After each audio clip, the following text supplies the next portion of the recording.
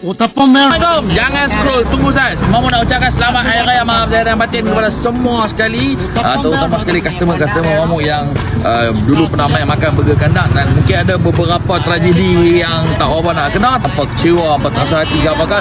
Saya minta maaf banyak-banyak, maaf Zahir dan Batin, dan semua benda tu saya dah settle, semua staff tu semua saya dah kick dah. So hangpa boleh main rasa balik. Sebab Mamu duk ada dengan Panjang saja, kami jaga. Main Panjang, kita dua aja yang jaga kat sini.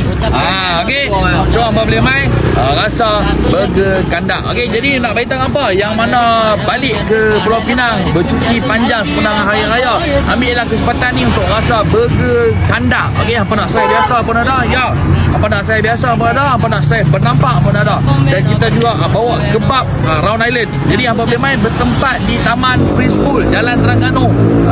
Ataupun apa boleh Google ataupun Waze Round Island Burger by Mamu Popcorn. Nama Round Island apa tengok bunyi rorang-rorang. Gila, happening tak happening. Jadi kat sini hangpa boleh main makan kat sini, tapau ataupun take away.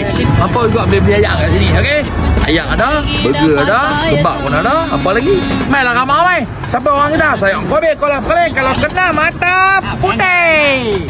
Uttapam veno penne bonda veno, ittaku jattanna puttu veno.